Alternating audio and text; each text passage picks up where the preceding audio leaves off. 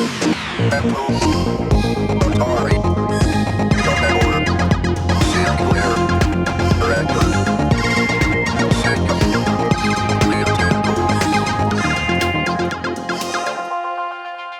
and welcome to another Retronaut video.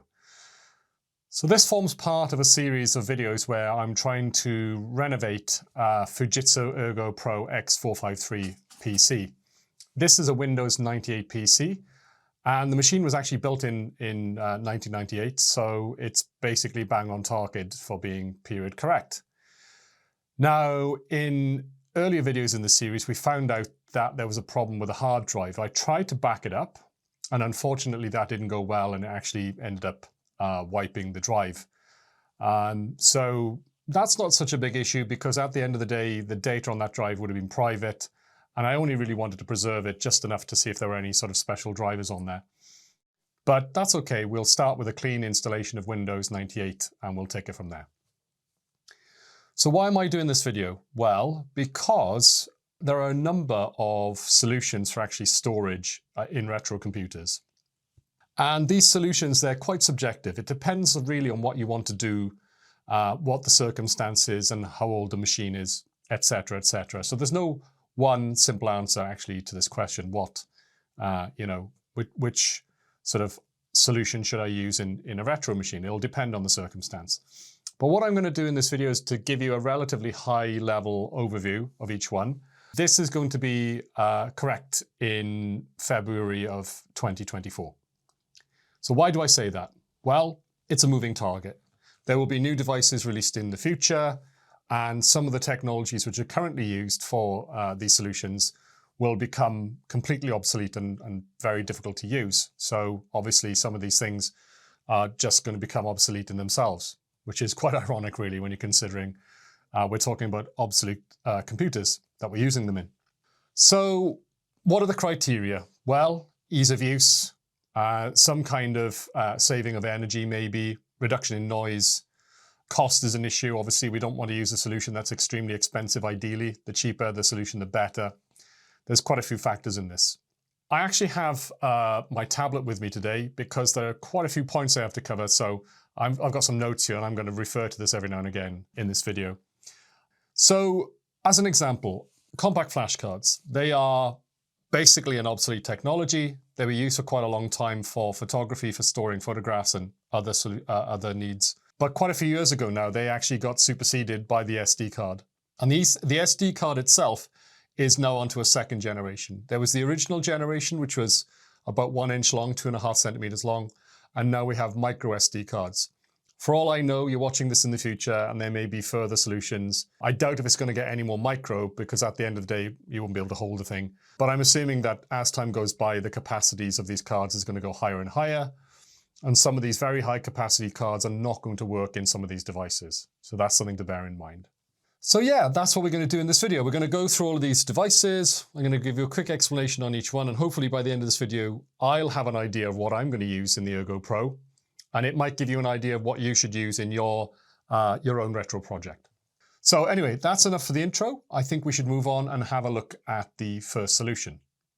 The first option is to actually keep the original drives that you have in your old machine. As an example, this is the IDE hard drive from the Ergo Pro. This is a 3 gigabyte drive, and it's actually still working, or at least it was working the last time I tried it anyway. This is actually a viable solution to put back in the PC. The only problem is this is a 3 gigabyte drive, and I'll explain that what I want to do with that PC is to turn it into a machine which I can do maybe a little bit of 3D Studio on, because that's something I was interested in at the time. But I also want to use it as a gaming machine. That means I need to probably store more than a few games on it. Now, traditionally, games would have been on floppy disk and also on CD-ROM, and you'd have a collection on a shelf. But I don't have much of a PC collection. I'm mostly going to get my games from a games collection called Exodus.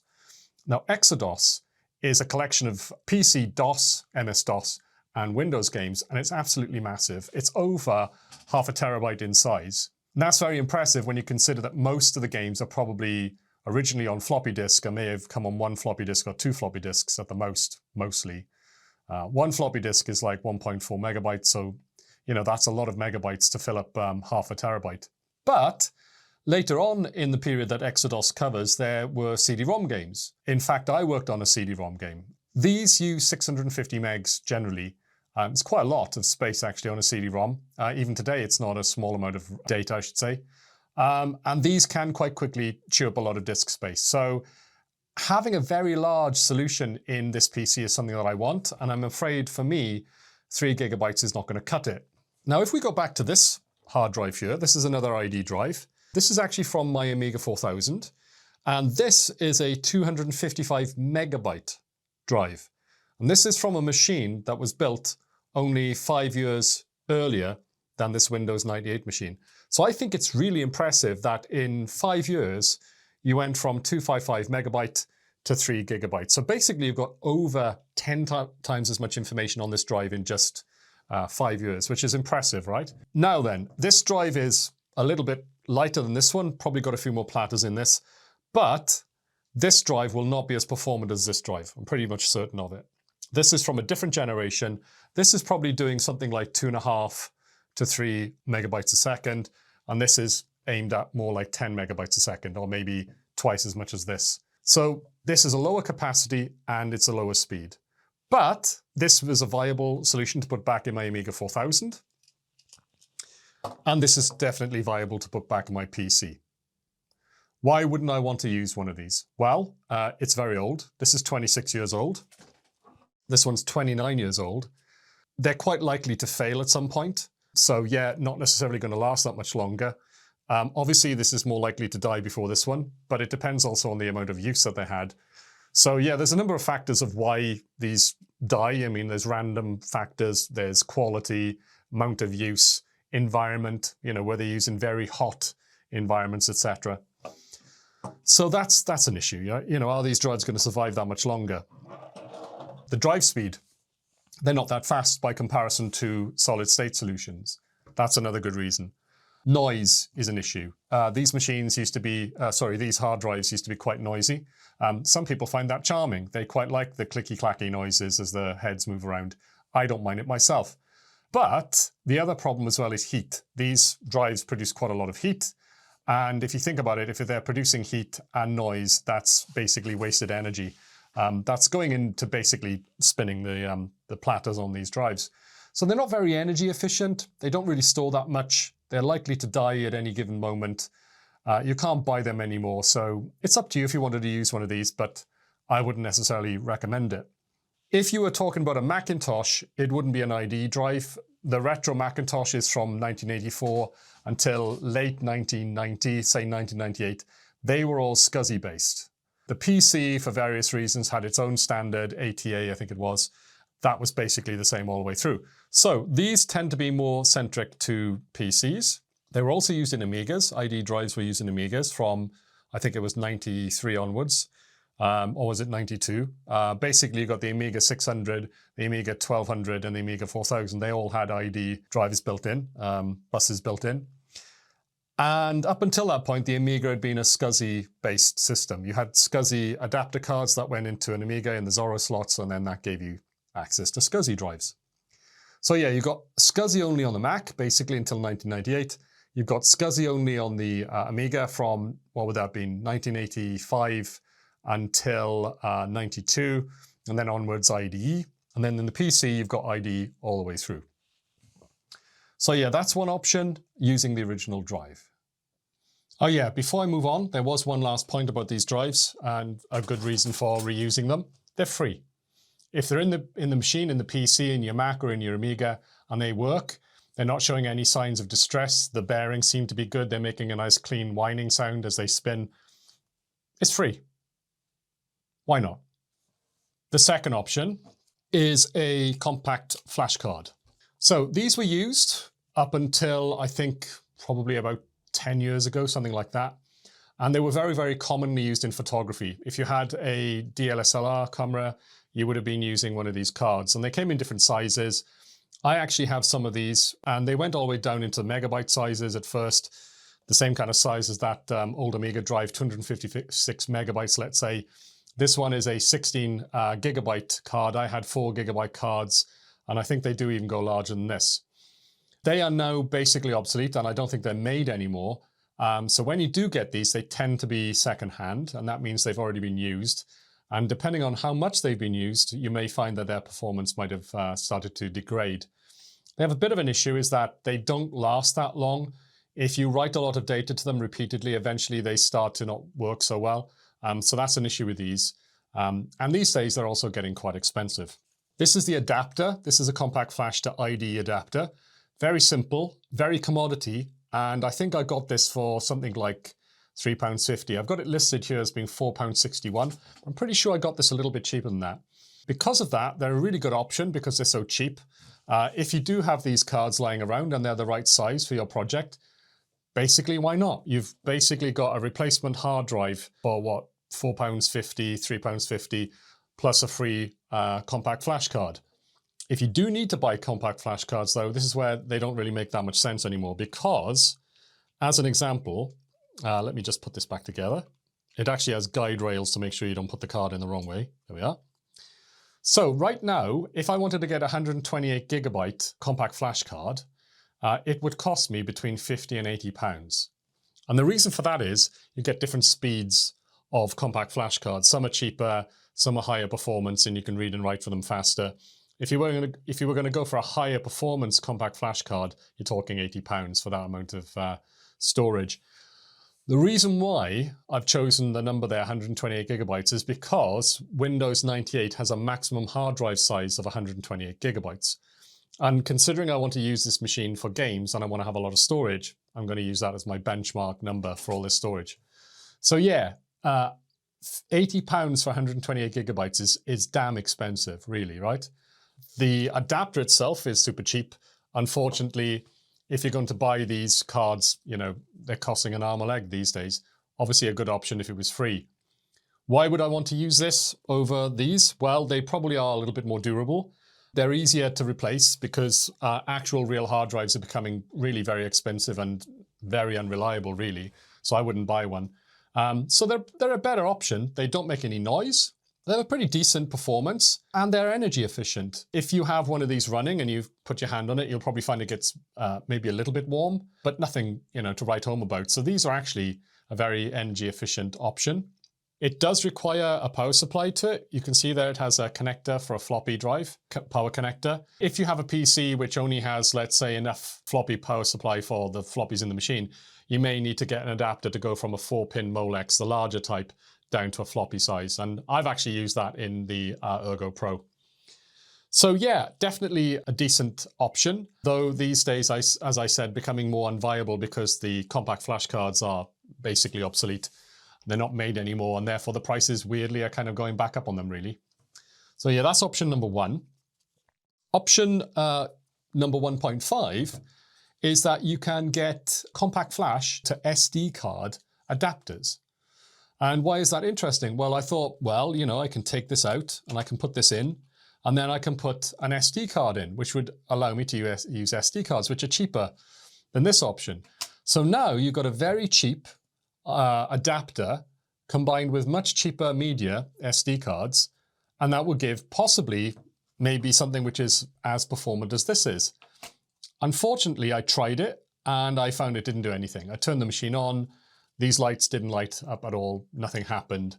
So actually, it looks like this, for whatever reason, doesn't seem to work in this particular case. I'm surprised that it was meant to work at all, to be honest. There doesn't seem to be any electronics in this to make the conversion. But I mean, in theory, you would think that if it can convert from an SD card to compact flash, the compact flash goes from here to IDE, it should work. But like I said, I didn't find it actually worked for me. If you have any experience with one of these adapters and you find that they do work, I'd be very interested to hear. But yeah, right now seems to be an option, but it doesn't actually seem to work. The next option, the SD card to IDE adapter. Here is an SD card, or rather, here's an SD card adapter. These days, you tend to find it's actually micro SD cards that you can buy. They're very tiddly, as you can see there. Basically like a shrunken down version of the original form factor, really. Plug it into the adapter, and now you can use it in devices that require the original size, like this one does. This one has a spring-loaded slot, which is quite zhoosh to click it in. And it has a Molex connector to get power to it, and it has the floppy connector as well. You either use one or the other. You don't need to use both. And then there is the IDE connector there. This is a male adapter, and that means that this has to be used with a cable, which is a good point, actually. Let me just go back to this. If you look at this, this is actually a female adapter. And what that means is this could actually plug directly into the motherboard. It wouldn't actually need a cable. In fact, you need an adapter to use this with a cable. So if you did want to use a cable, you would want to get one of these with male pins at the bottom so it can actually plug into the cable. And you can get those, I think. And the same thing here, you can actually get female versions of this, I think, that would then plug directly into the motherboard, taking away the need for a cable. This is actually something of a superstar. The adapter itself costs £11.50, pretty cheap. Not as cheap as the compact flash to IDE, but still pretty cheap. 128 gigabyte SD card was £16 instead of 80. Massive difference, so very cheap. Well, I think it's pretty cheap, giving you a total for this particular solution of £27.50. On top of that, it's actually very performant. In fact, right now it seems to be the most performant solution out of everything here, which is quite surprising, at least it was to me. I'll show you the benchmarks for all of these devices later before we sum up. And yeah, it's really interesting that this actually is very, very performant. My original plan was to use a SCSI device in the PC. When I saw the results of this, I was going to change my mind. It didn't make any sense to use a slower device. But I thought, well, actually, you know, SCSI devices, there are some other points to them that make them slightly compelling, actually, I think. But if you were going to use a single device in a machine, then I think this is actually a really good option. This would obviously work with an Amiga, and I think I don't actually have one of these on my Amiga 4000. The reason for that is you can get an adapter for these, which means that they actually plug in the back of the PC in a blanking plate. And what that means is then you have a blanking plate where all the expansion cards go in, and you can then remove and plug in the card from outside the machine at any time that you want, which means basically the hard drives are kind of hot, well, they're not hot swappable, but they are swappable. And that's actually why I went for that solution for the Amiga 4000. The other thing is, the Amiga 4000 doesn't have as fast an IDE bus as the Fujitsu. The Fujitsu does come from quite a few years in the future, 5 years in the future, and by that point the IDE bus was faster. This card would probably work absolutely fine and saturate the bus on the Amiga 4000. So in fact, this is actually a good solution as long as I don't use it too much. Got to bear in mind that its performance might degrade over time. But for the Ergo Pro, this would be a better option because I think this has a maximum throughput of 25 megabytes a second. That's read and write. And the Ergo Pro doesn't seem to be able to allow that. It actually seems to top out at about 10 megabytes a second. So whatever the IDE bus is in the Ergo Pro, it uses just under half the capacity of this device in terms of speed, which is still actually pretty decent. If you were to use this in a newer machine than the Ergo Pro, you know, something from maybe say 2001, you would probably find that it would max out this card and you get the full potential out of it. But right now, very, very compelling option because it's so cheap and very performant for machines of that kind of era, you know, around 98, 2001. You could put it in, you know, you could put it in that Amiga 4000 and waste that extra performance. It wouldn't be a disaster because it's so cheap. If I was to try and buy these cards to put in Amiga, they're so expensive. So, you know, just waste the extra bandwidth, get a cheap micro SD card and just using the Amiga. Yeah, so that's interesting. Okay, so the next one is the SATA to IDE. Now then, this is a little bit of a dark horse. The reason why I say that is because it didn't work in the Ergo Pro. This is a 760, I think it is. Let's have a look on the back here. I don't know why some drive, 480 gigabytes hard drive. And it's an SSD, which means it doesn't have any mechanical parts. You can actually get SATA drives which are mechanical, just like these. But then obviously you've lost some of the benefit of going to this form factor. This actually didn't work. Every time I tried to install Windows 98 on it, it would get to a certain point and it would say there was a write error. I've never seen that before. I tried installing Windows 98 3 times. I did it twice with the original size. Then I tried installing it with a compact version where it used less files, and it errored in a different place, but it still errored.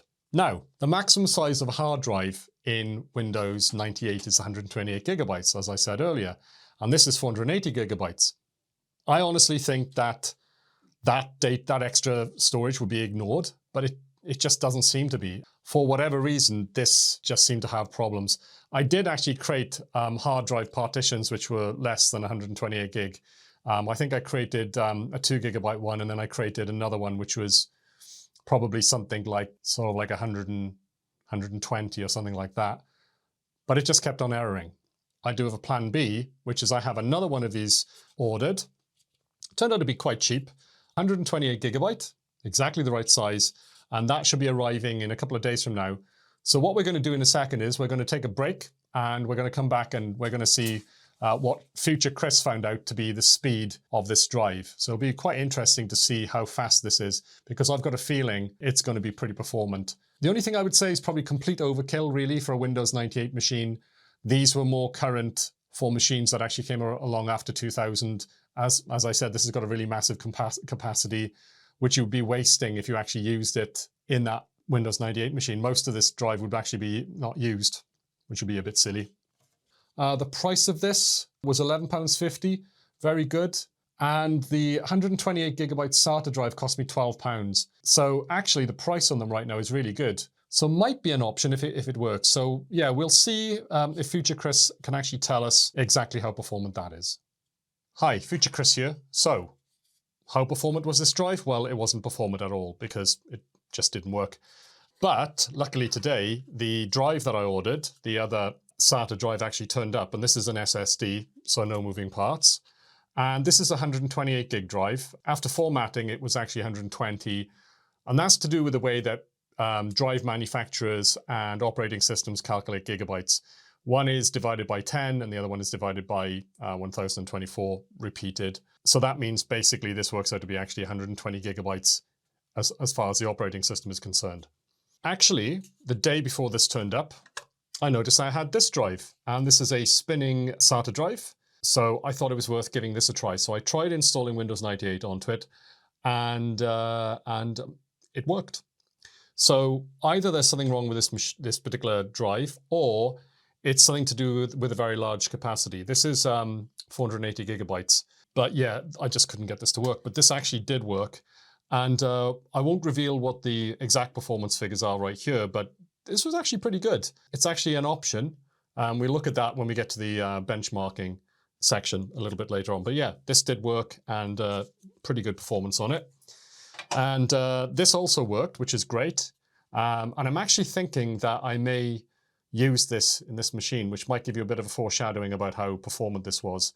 So yeah, this was a pleasant surprise. I'm really glad that I waited for this to turn up before finishing off this review of all the different devices, because there's something very interesting about this drive, and we'll see that when we get to the benchmarking section.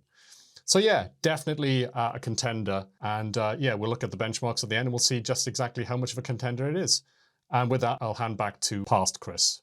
Historic Chris? I don't know, whatever he is. Thanks, future Chris, for giving us that information. So the SATA to IDE out the way. Interesting how that came out. What we're going to do now is we're going to look at basically the last option, which is SCSI. SCSI was not really ever standard on PCs, but it was standard on Macs, as I explained earlier. So if you have a Mac, or if you have an Amiga of a certain vintage, you will probably find that it comes already with a SCSI adapter built in. If you've got a PC, then you will find that it doesn't have an adapter generally. I actually bought this one off eBay. It was relatively cheap. I think it was something like £16 for this. And there seem to be a lot of these available on eBay right now. I'm not saying they're going to be forever. Obviously, they will run out eventually. But I'm assuming that over in China, they recycle a lot of these from PCs as e-waste. And these are relatively ubiquitous, which is great. Why would I want to use SCSI in my PC? Well, I bought a zip drive recently. In fact, I bought a few zip drives. I got an internal one, which is actually IDE, funnily enough. I have this one, an external one, and I have another external one, which is actually USB, and that would have been from a little bit later. So this would have been kind of period correct for around the time that this Windows 98 machine was out, or maybe a few years earlier. So I'll show you a zip disk. They're kind of like large floppy disks. When I say large, it stores 100 megabytes. A floppy disk of this era would have been 1.4 megabytes, and this stores 100. Obviously, the speed on this you'd expect it to be a lot faster than a floppy disk as well. They come in these rather neat little cases. Adrian's Digital Basement recommended these as being a really good way of actually setting up like a library of OSs that you can use with Macs. So that's actually primarily what I'm aiming to do with this, but I could actually install different OSs on this as well. Windows 98, Windows 95, Windows XP, maybe Windows 2000. And then I could quite easily put these in and actually boot off these OSs in this machine, which would be pretty cool, right? And I wouldn't have to actually take out the hard drive, take the case off, because this actually attaches externally. So how does it do that? Well, these are both SCSI connectors on the back. And I think these are the 50 pin, I think it is. And the way these work is, let me show you here. This is an external BlueSCSI. We'll talk about this later. And it actually has the connector to connect to this, except I've used an adapter to change its gender, which is something I'll explain later as well. If I hadn't done that, that would actually plug directly in there. This then would plug into the back of the PC using a cable with the right adapter, because SCSI is just, they love adapters in SCSI. And then what would happen is this would actually be the first device, and then this would be the second device in the chain. This can actually be multiple devices, actually. Not tried this out yet. Hopefully it'll work. And then you basically, that would give you a zip drive, an external zip drive, with, like I said, access to a library of 100 megabyte zip disks. And you would also then have the ability to plug in this external device to give you other SCSI devices, which is really cool. SCSI devices, you can have, I think it's 6 or 7 devices on a single bus. So you could actually have multiple of these cards in a PC, and that would then allow you to have multiple, well, yeah, you could have 12 hard drives. On top of that, SCSI devices do not have to be just hard drives. They can be CD-ROM drives, they can be scanners, and I think you can also get even networking solutions as well. So it's a very interesting solution. This card gives you an external connector, and it also gives you an internal connector. So this would then use a SCSI ribbon cable to connect to the hard drive. And on the outside of the PC, you've got this connector to connect to devices like this. Or with the right adapter, you could plug this directly in here as well. Really cool, actually, it's SCSI. I really like it. It was something, like I said, that was more prevalent on the Macs, and it's definitely on the Amigas as well. What would you plug into this? What would be the hard drive? Well, you could actually plug a real hard drive. You could get a SCSI hard drive, and then the 50-pin cable would then go into that. Or you can use one of these more virtualized devices like this. This is a BlueSCSI. It's a current product in early 2024. This is BlueSCSI version 2. And the reason why there's a BlueSCSI version 2 is because they changed the controller from, I think it was a microcontroller to a Raspberry Pi Pico to give it more power, more flexibility. They also then dealt with some issues in terms of speed. This originally had a much lower maximum capacity. I think now it has a theoretical capacity of about 10 megabytes a second. But I found that in the Ergo Pro, it was a bit lower than that. It wasn't quite actually as performant as the SD card to IDE, but you do have extra flexibility along with that. It's actually pretty decent performance. So a bit of a downside on it is it's a little bit more complex to set up. So I've got a story about that. I was dumb. I read the instructions. I didn't quite understand what it meant. And it said that you had to, well, this is what I read and what I understood. You had to put a file on this SD card. You format the card first in HFS or FAT32 file system. Then it said you need to put a file on that card, which is going to be seen by the controller as a hard drive. Then basically you can then use that like a normal hard drive. So I did. I went on a Mac. I format the card with HFS. And then I actually then used a command on the shell to touch the file, which means it's a 0-size file with the right name. Then I put this, and I connected it to the Ergo Pro, put this card into the PCI slot, connected to this with a ribbon cable, turned on the machine, plugged in the power here. I used the floppy power to give it power. Windows 98 saw it. It said there's a drive, and I could see the adapter in the boot screen showed up and said there's a drive on ID 1, I think it was. I set it as ID 1. It said it was a quantum fireball drive. It just emulates, pretends to be a certain drive. Then it said, do you want to install Windows 98 from the CD-ROM? I thought, okay, let's do that. And then I went through that. Flawless. Absolutely amazing. I then went through the process of installing all the drivers, which caused the machine to reboot multiple times because Windows 98 loves to reboot every single time you do almost anything. At the end of that evening, it was looking fantastic. I turned off the machine. I came back the following day and the hard drive didn't work anymore. That was weird. I took the card out. I put it in my Windows 10 PC and you could see the OS was on there. But what was weird was that file that it needs to emulate the drive, that was gone. And I was scratching my head and I was thinking, how exactly is that meant to work? If it's overwritten that file, how can it know how to mount the hard drive? Because that file, which is the hard drive, is now overwritten. So it turns out that if you create a file with the right name, the BlueSCSI will see it and it will then go, okay, well, it's meant to be this hard drive and I'm going to do that and it'll work. Except that it won't, because it's running in, I think it's called raw mode. The developer of this may actually chime in and tell me, what's actually going on. But it did actually work. As I said, it actually works, and it works as a SCSI hard drive. It's perfect, except that it's not going to work in the future because as soon as you turn the machine off and you leave the machine off for a while, that file is gone. It has no idea what it is, and it won't actually see that hard drive anymore. Why did it even work? Well, I think it was because I was turning the machine off for quite short periods of time, 1 or 2 seconds here, soft rebooting a lot of the time using the keyboard. So I think what was happening was that the Raspberry Pi was constantly getting power and it had a little residual power and therefore the memory was being kept alive. And the original configuration from the first time it booted was still held in memory. And that's why every time it booted up, it treated the hard drive as if it was the right type of hard drive. And it worked, it mounted the drive and Windows booted. So what's the correct way of doing things? Well, there's a utility which I found quite useful, and it's called Disk Jockey. And it's actually a bit of a criticism, I would say, of BlueSCSI, because it was developed originally for the Mac market. It's very, very, very Apple Mac centric. But the reality is it's not. It's a SCSI device emulator. So Disk Jockey does actually look like a Mac application, but in fact, it does run on Windows PCs as well. So I used that utility to make the disk image exactly the same as the way they described it in the, the setup guide, except that that utility doesn't just create a file, it creates an image file of the right size.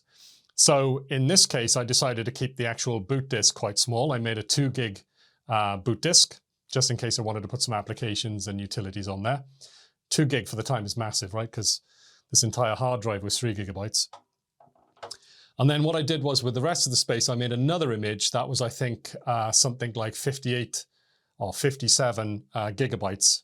And that's actually the other hard drive. So the way it works is the name of the file actually determines what the ID is of the SCSI device. And that's the way SCSI devices work. You have ID 0 to 7. And I set one of them to be ID, I think it was ID 1, and then the other one to be ID 2. Now I could have actually gone 0 and 1, I think. I think that would have been perfectly fine, but that's what I went for. I then plugged it in again. The Windows 98 installation CD saw the drives again. I formatted them. Obviously I was thinking, oh God, here we go again. It's going to completely blank the drive again.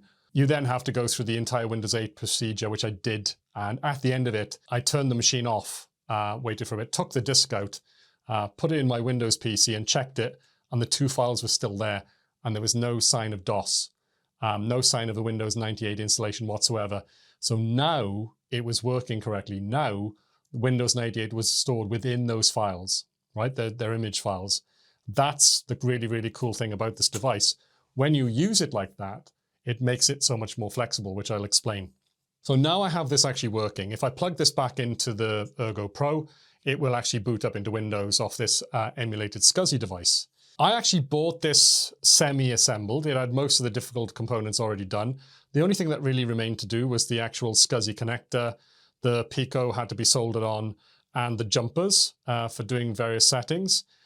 It wasn't really very difficult to do. I thought it was quite an interesting little sort of project to learn how to solder better, and I had a crack at it. And interestingly, I got it right first time. First time I plugged this in, it worked. So it was pretty cool. Bit of a confidence booster that.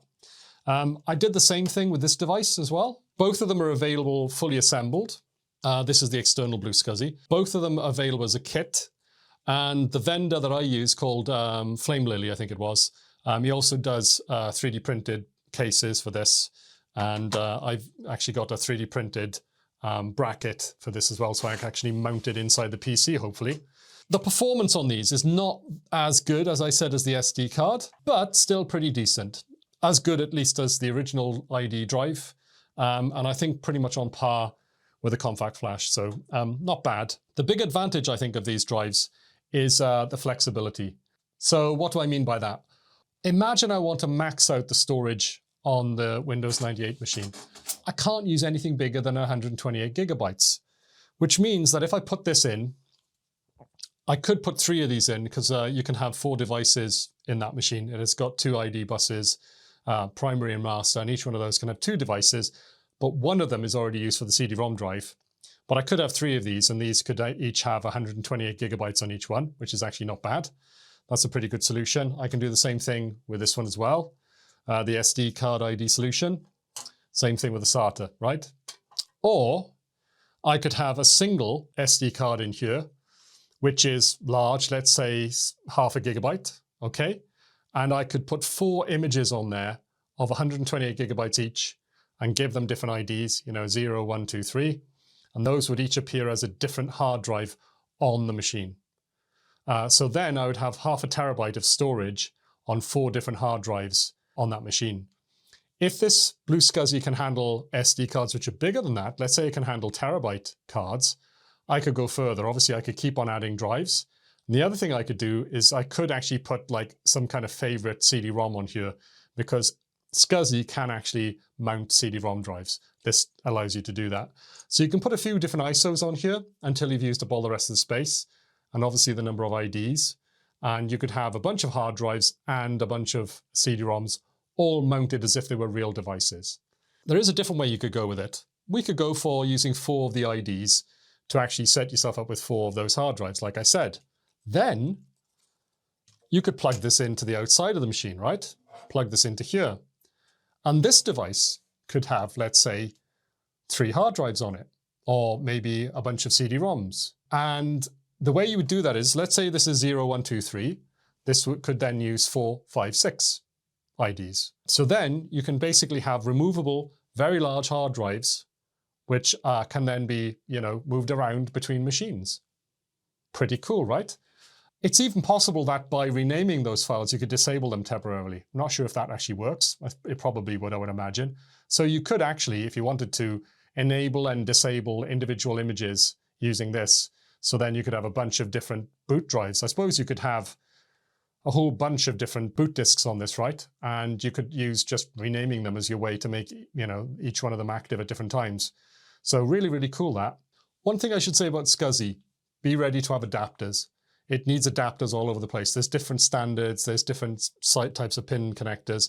Honestly, it's one of the bad things about SCSI. For some reason, there was this proliferation back in the day of different connectors. So yeah, embrace the fact that you're going to have adapters. In fact, I think this is where Apple got the idea from, to actually gouge people these days on adapters. I think Apple must have seen the amount of money that companies were making selling adapters for SCSI and realized that there was a big market in adapters. So yeah, get ready to do that. So I think this is what I'm going to put in the machine. I think I'm going to go with this. I've already got a 64 gigabyte, well, 58 gigabyte hard drive right now, which is using up most of this. But like I said, the really cool thing is I can copy those 2 images onto another SD card and then reformat this, recycle it, use it for something else. And then on that other SD card, I can then, if it was massive, let's say a terabyte, I can then make a bunch of more images and just keep on adding space. And what's wonderful is I don't really have to commit to that right now, and it's not a difficult procedure to do. All you've got to do really is copy the data from one SD card to another, and off you go. Change the names of the files, then all of a sudden they appear as different hard drives. Really, really cool solution. This one also has Wi-Fi, which right now I don't think is used on the PC, but apparently on the Mac it is. You can actually connect to a network using it, which is pretty cool. And there's also like a kind of side loader system where you can actually connect files onto this, and then you can actually load them onto the image as if it was, it's hard to explain, but yeah, it's a really cool feature. You can actually load this up on a Mac and then actually transfer files internally using this. So honestly, it's a really cool device. Have a look at the documentation for this and other videos on this. I have another video, which you can see the link for here, where I put this together and I give you a little bit more sort of information on this. So please watch that video. It's really, really cool. So what we're going to do now is we're going to look at the benchmarks to see how these different devices come out against each other. And I think it's really quite interesting. It wasn't necessarily the way I expected things to turn out, but yeah, let's do that now. Let's have a look at the benchmarks.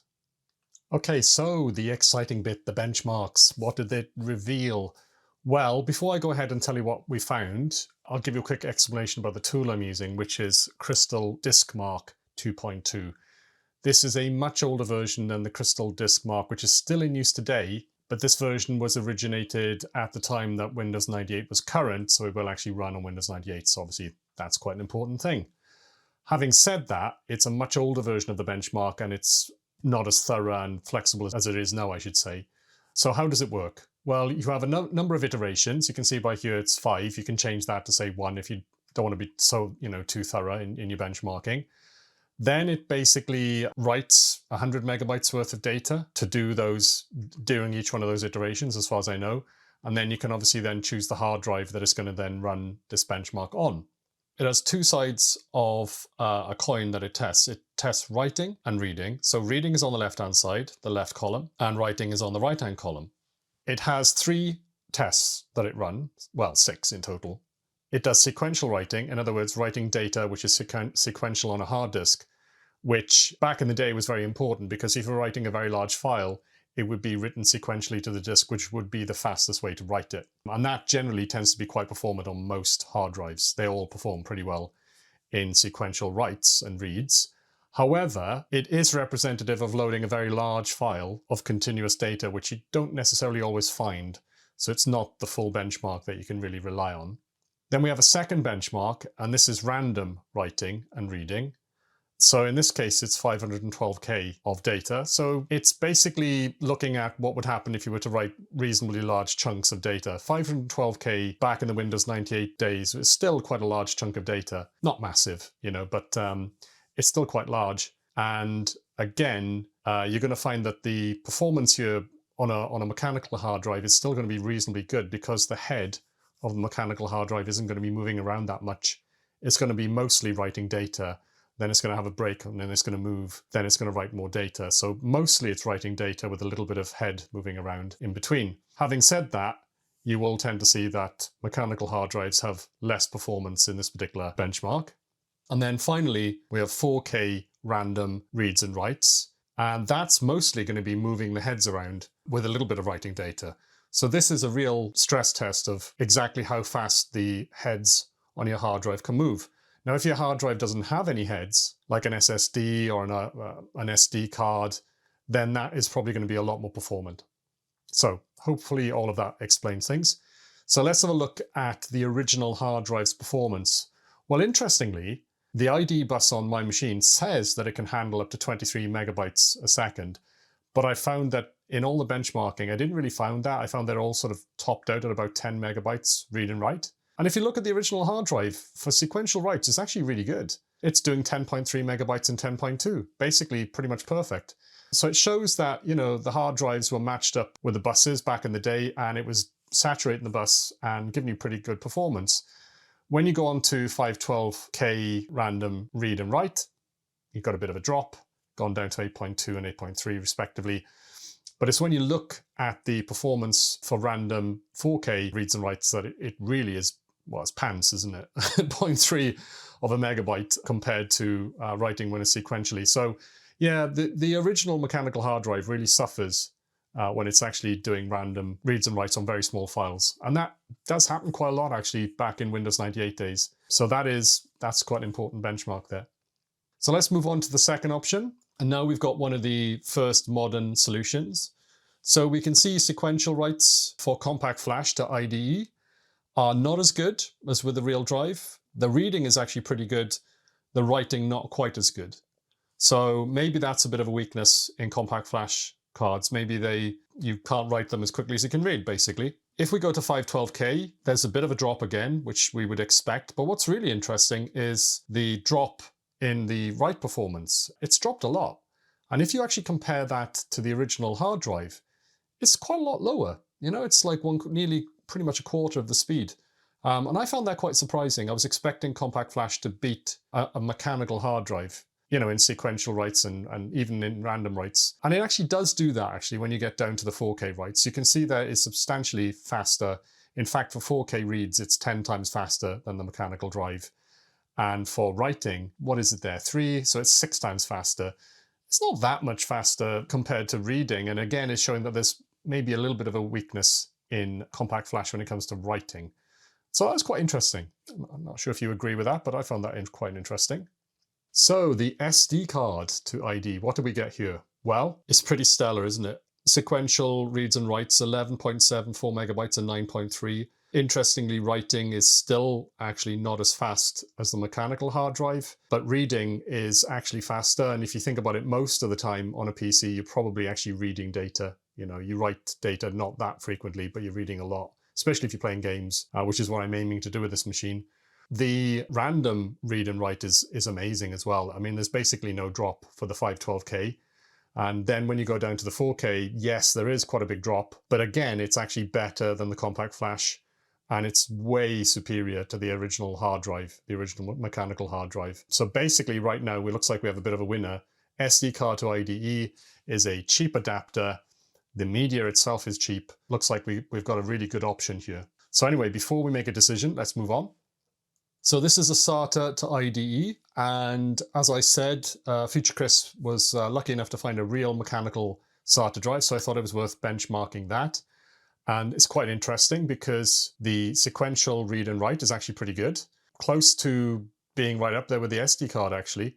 The random read and write, again, is actually pretty excellent. You know, 9 and 9, not bad. And it beats the original mechanical hard drive. Not that surprising, I suppose. You know, you basically replaced a last generation, as it were, hard drive with a newer generation hard drive. So maybe not that surprising that it came out in front. Then we go to the 4K random reads, and it's marginally better, but the write is substantially better, as you can see there. 1.2 megabytes a second, which is about, what, 4 times faster. So yeah, if you've got old mechanical SATA drives hanging around and they sound like they're in good condition, you could probably use them, and you know, they wouldn't be a bad option. And if you want to buy them, as you know, we've seen, they're quite cheap. So before we make a decision too much about SATA, let's actually have a look what the SSD SATA drive is like. So a big surprise. Right at the end of the whole benchmarking session, it took a few days for this drive to arrive. To be honest, it was a bit of a stick in the mud. It actually slowed down making this video quite a lot.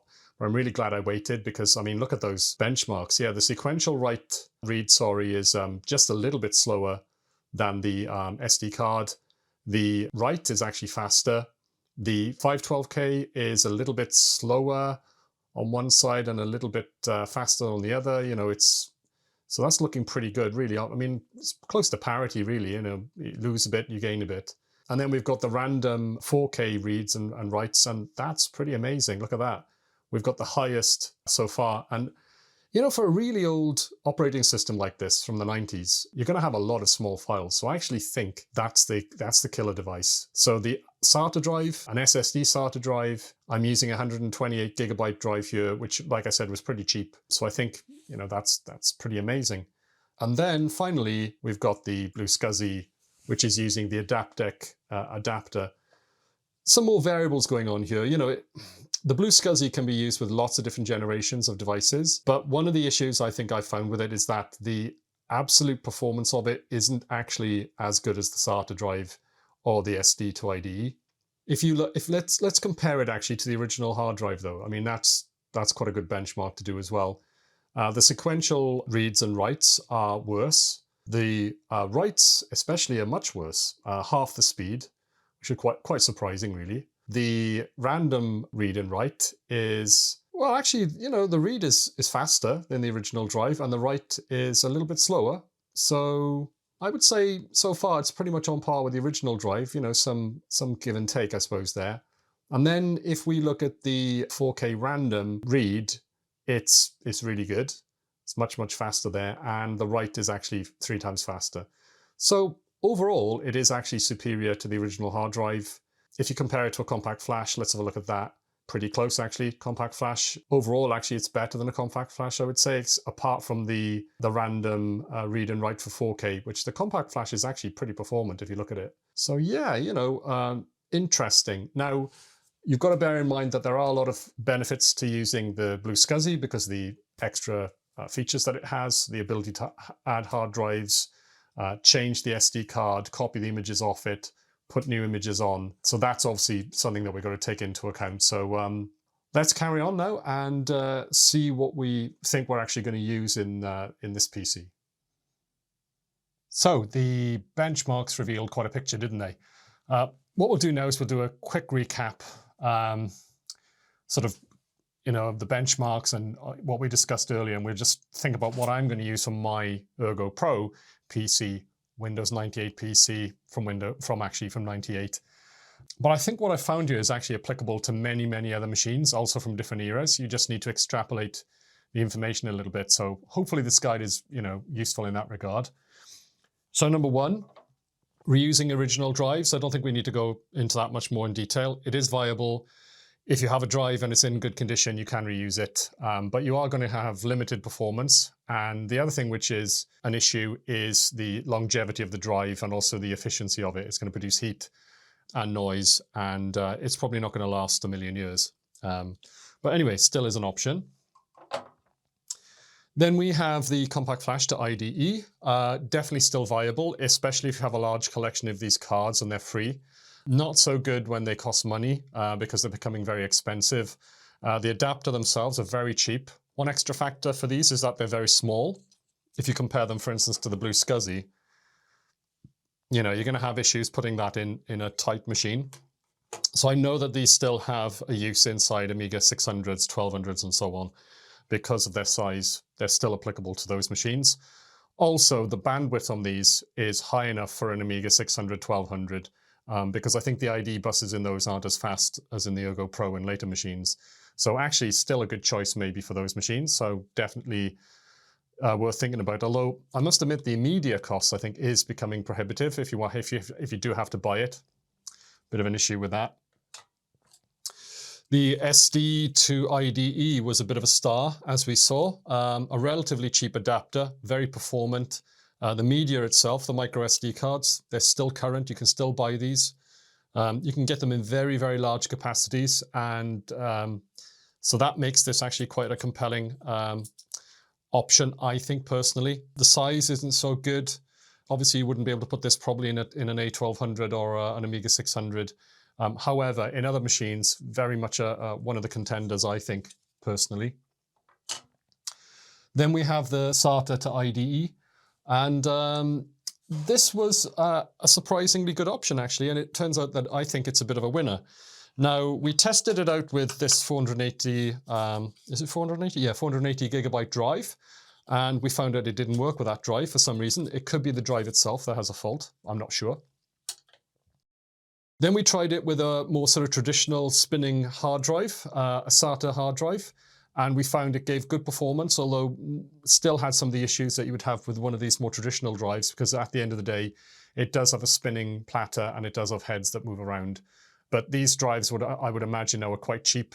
They're newer than these IDE drives, and because of that, they're probably going to last a little bit longer. So yeah, definitely a good option, that I think. Makes a little bit of noise, obviously, because it's a spinning hard drive. Not as efficient in terms of energy and so on and so forth. And the size is obviously a bit too big really to go into an Amiga 600, 1200, but you know, it would fit inside a PC. It would fit inside an Amiga 4000 or 2000. Sorry, 4000, because that's the only one with the IDE. But yeah, definitely worth thinking about. Then we tried this SD-based SATA drive, and this was a superstar, incredibly fast. The random 4K read and writes were very, very quick.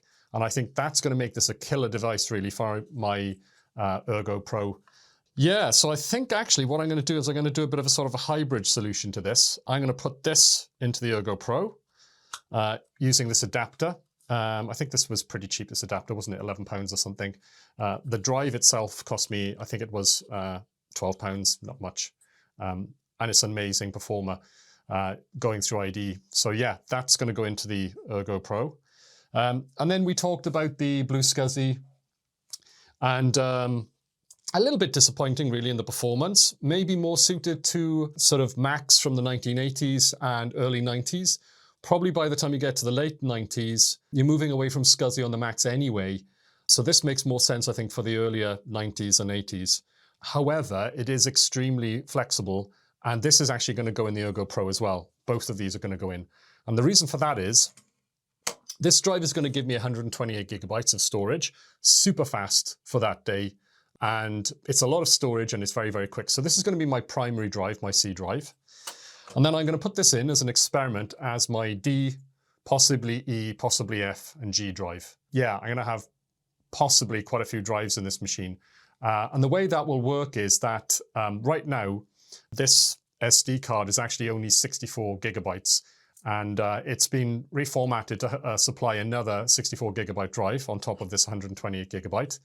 And I'm going to use this for larger storage. So this is where I'm going to maybe store CD-ROM images, because CD-ROMs, they're not that quick anyway. So I'm probably going to put them on here, and I'm going to put the main installation files on here.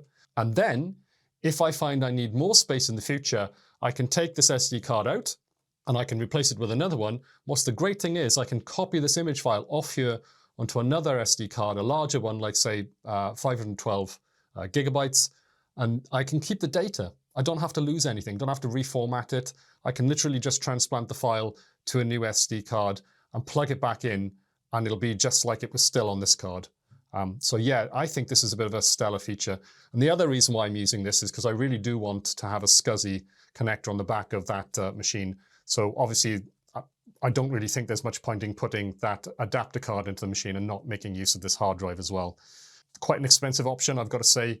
£32 it cost me for this, plus the bracket was, I think, about £5. And then the card itself is actually probably the cheapest part of this whole proposition. So yeah, that's my subjective solution for the Ergo Pro. But I think what's really interesting at the end of this journey, looking at all these different drive types is there's quite a lot of options there. I didn't expect some of these to be really that good. I really didn't expect this to be an option because people don't talk about using SATA to IDE with legacy machines. But by the time you get to the late 90s, which is when, I suppose it's only a few years later, you start to get SATA drives. Why not? You can pull these back into these older machines and make use of them. It's probably wasting the power of this drive a little bit. I'm sure this is saturating the bus in the Ergo Pro. However, I can obviously use this drive in another machine in the future if I need to. But I think this is going to make the Ergo Pro run really, really well. And it's going to make it an excellent gaming machine. This is going to give me all the storage I will ever need. And I can even mount CD-ROMs using this as well. Maybe I have favorite games that, I like to mount all the time. I can put those as ISOs on here, on the card. And then I can actually mount a number of those CD-ROM drives to use with games as well. So that's pretty cool. One criticism I would say about the BlueSCSI, not very well supported on anything outside the Mac community. So I would like to see a bit more of an effort from the BlueSCSI guys to address that. For instance, I asked about CD-ROM support, how it works. And on a Mac, I think there's a utility that allows you to actually choose which image is mounted at any time, a bit like daemon tools on Windows 98. But unfortunately, that utility doesn't exist for a Windows machine. So obviously, that is obviously going to limit its use on a Windows machine and makes it a little bit more awkward to use. The option is there, but apparently, like I said, it's just not that well fleshed out yet. So it's still a relatively young product. The developer seems to be quite active on this, improving it.